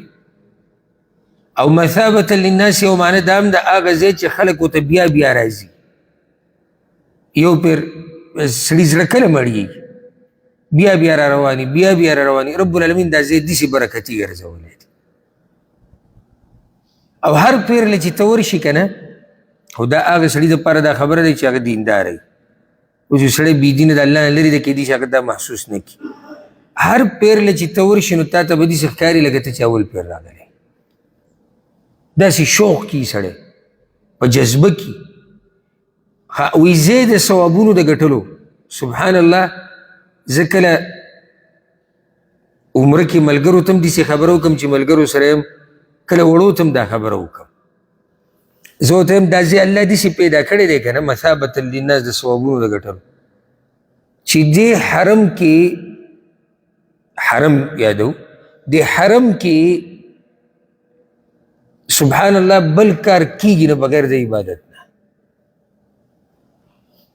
ته کله ورشي که نه نو د یو منځه نه چې راځي یو د بل ټیم شوی، چې د هغې نه راځي یو د بل ټیم شوی. بیا به کله تواب کې، کله به تلاوت کې، کله به د سجده لګولي، کله به رکوع کې، کله به اعتکاف کې، کله به جړاګانې کې، کله به دعاګانې غواړي، کله به اذکار وی، کله به روجې نیسي. یعنی سبحان الله دا ځای جوړ د عباداتو لپاره دی، مثابة للناس د ثوابونو د ګټلو ځای دی. څومره بدبخته به هغه سړی چې لاړ شي هلته ثوابونه پرېږده الټه ګناهونه وګټي. وامنا معنی مأمن ځای د امن د خلکو دپاره. ابراهیم علیه السلام دعا وغوښتې و دې دپاره را به شي، او ځای خو داسې د امن دی چې تپوس یې مه کوه. او دا ایتونه قرآن کې را روان دي. الله د مکې مشرکانو ته وایي دوی دې نعمت ته نه ګوري د ما چې کوم نعمت ورکړی دی. اولم يروا انا جعلنا حرما آمنا ويتخطف الناس من حولهم. سورة العنکبوت کې به راشي. دوی نه ګوري چې ما دوی له څنګه ځای ورکړی دی حرم امن والا، او حالانکې وایي د دوی نه غیر چاپېره خلک تختولی کېږي او حملې پې کېږي، په دوی څوک حمله نه کوي. دا کعبې خوا کې چې کوم خلک اوسېږي که دا د اوس نه د پخوانه له رسول وسلم راغلی هم نه و.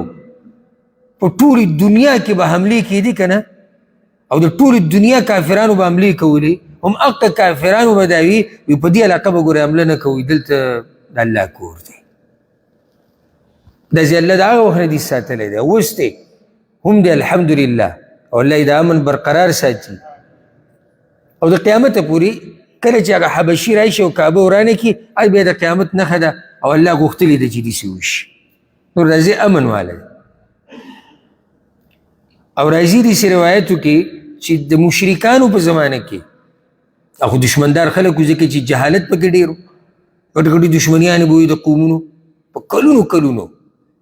نو کله به داسې وشوه چې دوی چې به کوم دشمن ته ډېر په انتظار ناست وو که نه، چې کله به ترې بدللو هغه به عمرې له راغی، هغه به عمرې له راغی. نو یو خو به یې منع کو نه دننه کېدو نه، بل به یې اعلان وکړو کشرانو ته، وایي هغه سړی ګوره په الله پسې راغلی، څه ورته نه وایي. داسې امن والا. ښه دې سړي به څه چل کړی و، په دې قریشو کې به یې د یو کس پلار وژلی و، نیکه به یې وله وژلی و، بې شماره کسان به یې ترې وژلي وو، خو اعلان به د قریشو طرف نه وشو، وایي سړی راغلی په الله پسې دی، څه به ورته نه وایي. چې که دې ځای نه ووتو بیا به ورسره ګورو. ولې؟ ځکه چې دی اوس د هغه ځای نه ووتو چې الله د هغې د امن ذمهواري نه ده اخیستې، او د هغه ځای ته واوړېدو. او چې څو پورې په امن هغه ځي کوو چې الله وایي ما امن والا ګرځولی دی، نو چا ورته څه غږ نه شي کولی. ګوره الله هلته ښکار منع کړی دی، بوټی او ونې په امن د هغه نه شي ماتولی. بوټی او ونه نور امن څه ته وایي؟ هغه پیشوګانې مخې ته سړي تاویږي را تاویږي، سړی ورته څه نه شي ویلی. کوترې دقه شان الوزي دا ټول امن دی. الله اکبر، امن دیسي. ځکه چې دا امن دلته راوستی چا دی؟ الله رب العزت دی. وَإِذْ جَعَلْنَا الْبَيْتَ مَثَابَةً لِلنَّاسِ وَأَمْنًا، او ځای د امن. وَاتَّخِذُوا مِن مَّقَامِ إِبْرَاهِيمَ مُصَلًّى، وی منګ ونیسئ د مقام ابراهیم نه ځای د مانځه. مقام ابراهیم نه ځای جوړ کړئ د څه؟ د مانځه. حدیث کې راځي په اسباب د دې په نزول کې ذکر کیږي، او دا موږ ذکر کړي هم دي په څو درسونو کې، چې کله رسول الله صلی الله علیه وسلم طواف وکړو نو عمر رضی الله عنه ورته وی یا رسول الله هذا مقام ابینا ابراهیم، دا زمونږ د پلار د ابراهیم علیه السلام مقام دی. ورته وی نو عمر ورته وی یا رسول الله افلا نتخذه مصلى، چې دلته د طواف نه بعد سړي لمونځ کولی؟ رسول صلی الله علیه وسلم ورته وی الله ما ته نه دي ویلي، یو تابعدار د الله د دین دی. نو د هغه ورځې نور نه و ډوب شوی چې الله ایت راولېږه واتخذوا من مقام ابراهیم مصلى. او مقام ابراهیم الله وی زی د منځه ونیسئ. اوس مقام ابراهیم دوه مطلبه دي. یو د ابراهیم علیه السلام هغه ځایونه چې هغه پکې په حج کې ودرېدلی دی، ځکه چې الله هغه ته د حج طریقه ښولې او دا مسله هم سبا بیانو انشاءالله. نو کومو ځایونو کې چې ابراهیم علیه السلام ودرېدلی دی هم هغه ځایونو ته ورځئ ودرېږئ لمونځونه پکې کوئ په حج کې. او بل دا چې مقام ابراهیم هغه کاڼي ته وایي، په کوم کاڼي باندې چې ابراهیم علیه السلام ولاړو او د بیت الله آبادي کوله. دا یو کاڼی و چې ښځې د ده راوړو چې هغه هاجره وه، هغې راوړو دا کاڼی د کېښوي ته په دې ودرېږي. نو دی په هغې ودرېدو او د ده زوی اسماعیل علیه السلام هغه به وله کاڼي ورکول چې بره ږدي، په دیوال به یې جوړو. نو دا کاڼی به بیا د ده سره ګرځېدو، دی به اوچته و او هسې دې منظر ته وګورئ. دا منظر هسې خپل ذهن کې راولئ چې ابراهیم علیه السلام لګیا دی، ورسره اسماعیل علیه السلام لګیا دی او د الله د کور دیوالونه خیجوي. دې ته دینداري وایي، دې ته عبادت وایي. د الله د دین په مخ کې هېڅوک څه نه دی، او نه د الله په مخ کې. د الله په مخ کې به څوک څنګه څه شي، او هغه پیدا کړی الله دی. د جوماتونو خدمت، د الله د دین خدمت، دا خو د الله رحم دی په موږ باندې چې موږ کمزوري غوره کړي د دې خدمت دپاره. یعنې ابراهیم علیه السلام د دې دین خادم و، اسماعیل علیه السلام د دې دین خادم و، ما او تا به څوک یو او څه به یو. نو دا دغه کاڼی دی. سنت طریقه دا ده چې کله ته طواف وکړي نو مقام ابراهیم نه به شاته مونځ کې، او که ځای نه و نو چې هر ځای کې دې وکړو، ځان به نه وجنې دغه ځای دپاره. خصوصا نن سبا ګڼه ډېره زیاته شوې ده. نو د سعودي عرب حکومت ډېر ښه انتظامات کړي دي چې دا ګڼه نقصان خلک یو بل ته نه ورکړي، الله دې ول اجر ورکړي. نو غالبا کله چې معمولي ګڼه ډېره شي دغه ځای کې څوک مانځه ته نه پرېږدي. نو دا نه چې ته بیا نښته یې چې یاره دا خو قرآن کې راغلي، قرآن کې داسې نه دي راغلي. اجازت دی چې کله دغه ځای کې ګڼه وه بیا چې ته په مسجد حرام کې به کوم ځای کې لمونځ وکړي. یوه. دویمه ده د دې ګوره ښکلول ملول نشته ښه چې ته پورې بیا نښتې. او زه به ته یو روایت ذکر کوم، امام طبري راوړی دی په صحیح سند سره د قتاده رحمه الله نه. هغه وی انما امر الناس ان يصلوا عنده. الله امر کړی دی خلکو ته چې د مقام ابراهیم سره څه کوئ؟ لمونځ کوئ. ولم يؤمروا بمسحه. الله خو ته دا نه دي ویلي چې لاسونه پرې راکاږي او ښکلوئ. بیا څه وایي؟ وایي دا خبره موږ ته را رسېدلې ده، امام قتاده وایي، او هغه چا راته خبره کړې ده چې هغه په دې کاڼي کې دننه د ابراهیم علیه السلام د پوندې نښه هم لیدلې وه، او د دې خپو د ګوتې نه دي، دا پکې بلکل ښکاره وي د دې دا نښې. نو دا خلک نښتي وو نښتي وو نښتي وو، یو غار سره ورک کړي دي. دا هغه په هغه وخت کې لګیا دی وایي. او بیا دا سلسله داسې روانه وه، خلکو به دا سټلې را سټلې. بیا الله رب العزت ته دې حکومت له اجرونه ورکړي او الله دې له ښه طاقت ورکړي. دوی مکمل داسې بند کړو چې دا کله دا صوفیان موفیان راشي که نه دا قبر پرست او دا د دې خاورو سټلو مټلو سره چې عادت وي، نو هغوی سارمانونه وکړي. نو هغه شیشې ورته هم داسې شیشې لګولې ده که نه، سړی چې په داسې لاس کېږي لکه په اوسپنې چې لاس کېږي، خیال هم کړی څو کلکه شیشه ده. دا دوی یو غټ کار کړی دی، خلک یې د فتنې نه بچ کړي دي. لاړ شه ویې نه، ویې ګوره څه خبره نه ده چې دا څنګه ځای دی څنګه نه دی. خو دا نه ده چې ته یې ښکلی. ابراهیم علیه السلام چې کله آبادي وکړه، دی بلکل د دې کعبې سره خوا کې دا کاڼی پرېښود. دغه ځای کې پروت و، بلکل د دې دیوال سره لګېدلی و داسې د دروازې سره خوا کې. عمر رضی الله عنه چې کله خلیفه شو، او دا موږ سیرت کې خبره ذکر کړې وه، د هغه بعض کارونه، نو هغه بیا دا کاڼې د دغه ځای نه را شاته کړو دغه ځای ته، دا کوم چې اوس پې دی، اوس کوم ځای دی. ولې؟ ځکه چې دغه ځای کې به ګڼه جوړېده، هلته حجر اسود هم دی، خلک به هغه ښکلو، نو هغې ته به هم خلک ودرېدو، منځ کې به دا کاڼې هم راتو، نو خلک به دې ته هم ودرېدو چې دا پکې وینو. نو الله دې د عمر رضی الله عنه راضي شي، هغه کاڼې راواغستو، شاته یې راوړو، او دغه ځای کې دی، دا کم هم دغه ځای ته یې راوړو، دا کم چې اوس پروت دی. ها واتخذوا من مقام ابراهیم مصلى وعهدنا الى ابراهیم واسماعیل، او من مضبوط حکم کو ابراهیم او اسماعیل علیهم السلام ته، ان طهر بیتی چې پاک ساتئ کور زما، للطائفین د پاره د طواف کوونکو، والعاکفین او اعتکاف کوونکو لره، والرکع السجود او رکوع کوونکو سجده کوونکو لره. عاهدنا، عهد په عربۍ کې هغه وصیت ته وایي چې ډېر مضبوط وي. الله وایي موږ دا مضبوط وصیت کړی ابراهیم ته، اسماعیل علیهم السلام ته، ان طهر بیتی چې زما کور پاک کوي. پاکول په دوه قسمه وي، دواړه پکې رالو، ظاهري معنوي.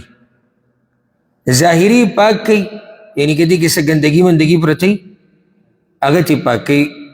معنوي پاکول یې دا دي چې د غلطو عقیدو نه، د غلطو نظریو نه یې پاک کوي، د بوتانو نه یې پاک کوي. او څو بوتان پراته وو بیا وروسته 360 وروسته بیا مشرکانو یې او هغه یو کس عمرو بن لوحی، سیرت کې دا خبره ذکر شوې، هغه د شام نه د ځان سره بوتان راوړي و مکې ته، او د دغه ځای نه هغه سلسله روانه شوه، او بندګي د بوتانو شروع شو، بیا ډېره مشهوره شو. ځکه رسول الله صلی چې عمرو بن لوحی ما لیدلی و په جهنم کې، او په ځان پسې د خپلې کلمې راښکودې، ځکه چې هغه همدې علاقو ته د بوتان راوړي دي. نو رب العالمین وایي پاکې کا، دې کې هر قسم پاکي دننه راغله. د چا دپاره پاک کا؟ طواف کوونکي، اعتکاف کوونکي، رکوع او سجدو والا لره. هغه عبادات یې ذکر کړو چې هغه هلته غالبا مخامخ سړی نه کېږي. دې کې په منځ کې خبره مشرکانو ته وشوه، د مکې مشرکانو ته، چې دا کور خو دې له جوړ دی، او سله چې جوړ شوی دی نو تاسو خلک بندوي چې دغه کار وبکې نه کوئ. نو دا خو ابراهیم علیه السلام آباد کړی دی دپاره. وَإِذْ قَالَ إِبْرَاهِيمُ، او کله چې ووی ابراهیم علیه السلام، رب اجعل هذا بلدا آمنا، اے رب زما وګرځوه دا ځای ښار امن والا، وارزق اهله من الثمرات، او رزق ورکه اوسیدونکو د دې ښار ته، من الثمرات د هر قسمه میوونه، من آمن منهم بالله واليوم الآخر، اگه چاته چې ایمان راوړي د دوی نه په الله او په ورځ وروستنۍ. دعا کړې و ابراهیم علیه السلام چې الله دا ښار امن والا وګرځوه، او میوه ورکه دې خلکو له د قسمه قسم میوه. دلته یو خبره یاده ساتئ، الله مشرکانو ته وایي چې ابراهیم علیه السلام خو ستاسو دپاره په تاسو یې دغه هم نه وپېرزو، هغه پکې قید ولګوو چې چاله یې ورکه چې ایمان یې راوړی په الله او په آخرت. د هغه دومره بدي شو هغه خلک چې څوک کفر کوي، او تاسو وایئ موږ د هغه په لار روان یو. بله خبره، د امن اهمیت، امن یو ډېر اوچت نعمت دی، ډېر اوچت نعمت دی امن. ځکه دلته د رزق نه مخکې ذکر شو، وی الله دا ښار وګرځوه امن والا، او رزق ورکړه دې اوسېدونکو لره. د رزق دومره اهمیت نه دی څومره چې امن دی، او رزق که تا سره ډېر هم پراخه شي خو چې امن نه وي نو هغه فایده نه کوي. او چې امن یې او فقیر یې او غریب یې نو ځان له به یې 2 روپۍ وګټې خو په امن خو به یې که نه. نو الله دې زمونږ په ملکونو کې امن راولي، پاکستان کې، افغانستان کې دې الله امن راولي، او هلته چې کومه بدامني ده رب العالمین دې په خپلو رحمتونو ختمه کړي، او په کومو مسلمانانو ملکونو کې چې امن او امان دی رب العالمین دې د هغوی امن او امان برقرار ساتي. قال وی الله ومن کفر او چا چې کفر وکړو فامتعه قلیلا نو فایدې به ورکړم هغه ته لږ وخت. الله ورته وایي زما ګورې دغه طریقه نه ده دا کومه چې تا ووایي.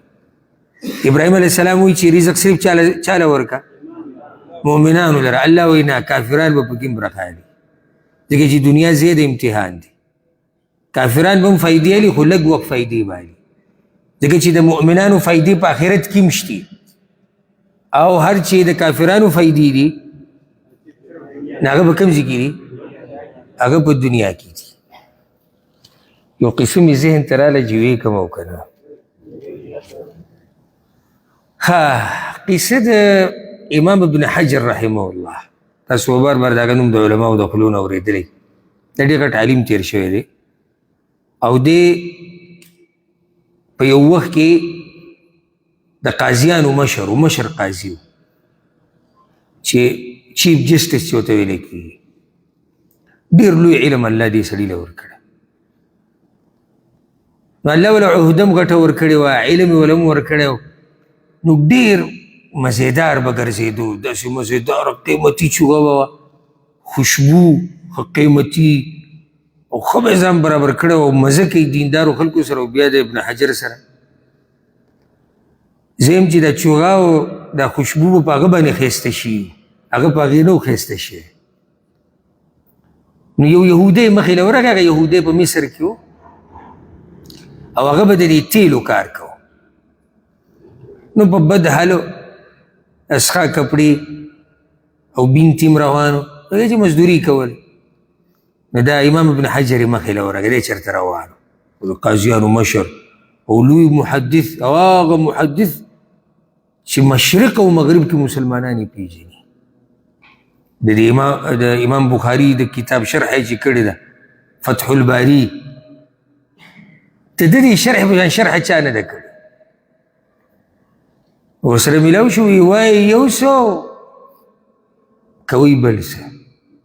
او ته څنګه وی تاسو چې دا وایي چې رسول صلی الله علیه وسلم حدیث کې ویلي دي چې دنیا د مؤمن جیل دی او د کافر جنت دی. دنیا د مؤمن جیل دی، کافر جنت دی. نو اوس ته ماته ووایي چې ته جیل کې که زه جیل کې؟ ته خپل حال ته وګوره او زما حال ته وګوره. څه نعمتونه چې الله دي هغه تا په ځان راچولی دي او زموږ دغه حال نه بدحاله ګرځو. نو بیا دا خبره ستاسو صحیح نه ده، هسې به پیغمبر ورته پوهي که نه پیغمبر کړې نه ده که نه د پیغمبر خبره شکي ده والعیاذ بالله. اوله جواب ورکړو. ما چې اول پر کړې دا قصه اورېده او یا مطالعه کړه، نو دې نه مخکې چې د جواب ورکړي زه ځان له دې سوچ کوم چې دې به څه جواب ورکړي. یو خو د دې حدیث واضحه مطلب دی، هغه دا ټولو ته معلوم دی چې مؤمن د الله د احکاماتو پابند دی، نو دی جیل کې دی. کافر د دغه احکاماتو پابندي نه کوي، هغه جنت کې آزاد دی. او دا واضحه معنی دا پکې پرته ده. خو دې چې اوس دا کوم اعتراض کوي نو دی خو د ظاهري حالاتو ته ګوري، دغه احکاماتو ته نه ګوري. یعنې د دې اوس هم دغه جواب کوم چې موږ اوس دا وضاحت ذکر هغه ورته ته به دې خبره پوهه نه یې. وایي څنګه؟ وایي د مؤمن دپاره جنت دی، جیل دی په نسبت د جنت، او د کافر دپاره جنت دی په نسبت د جهنم. هغه ورته وایي څنګه ما به پوهه کوي داسې.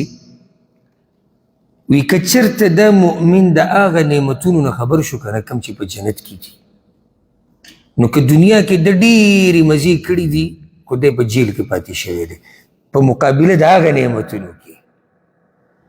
کافر چې جهنم ویني که نه، نو ده چې څومره مزې په دنیا کې کړي دي نو ده ته هغه جیل ښکاره شو، جنت ښکاره شو په نسبت د آخرت د عذاب چې هغه عذاب ډېر سخت دی. نو ورته وایي ته اوس هم په جنت کې زه په جیل کې یم. ځکه که تا جهنم ولید نو تیل او دا بین او دا جامې او دا به دې خوښې شي چې یاره دا خو لا زه جنت کې وم او دا ما چې سا چې ولیدي که نه نو دا چې کله زه جنت وینم که نه نو زه وایم چې دا خو زه جیل کې وم اصل نعمتونه خو دلته دي دې جواب ته وګورې ورسېدې وي که نه دې ته وایي علم او علما او که دا علما نه وی د الله توفیق نه بعد موږ به په دې دین باندې نه وی پوه شوي الله ورته وایي نه فایدې خو به زه ورکوم کافرانو له به کیم خو انجام د هغوی دا دی ثم اضطره الى عذاب النار بیا به مجبورا راکاږم د لره عذاب د اور ته وبئس المصیر او بد ځای د ورتګ دی دا اور څنګه مجبوره کوم به یعنی د ده به بله لار نه وي مجبورا به دی چېرته ځي جهنم ته ځکه بله لار نشته جهنم ته جنت ته چې ځي په کوم طرف به ځي په پولي سیرات او دی په پولي سیرات اوړېدی نه شي او لاندې څه دی لاندې جهنم دی مجبورا به دی ځي اگر که دنیا کې لږې فایدې واغستې او بل مطلب یې دا دی اضطره یعنی په دیکو دیکو به بوزم جهنم ته دواړه خبرې پکې دي په دیکو دیکو به الله بوزي او مجبورا به دی ځي سبا به انشاءالله شروع کوو د 120 آیت نه خبره به د ابراهیم علیه السلام دغه ابراهیم علیه السلام په څه طریقې سره کعبه آبادوله د دغه ځینې به خبره شروع کوو رب العالمین دې موږ د آخرت عذابونو نه وساتي او الله رب العزت دې موږ په قرآن باندې پوه کړي هذا والله اعلم وصلى الله وسلم على نبينا محمد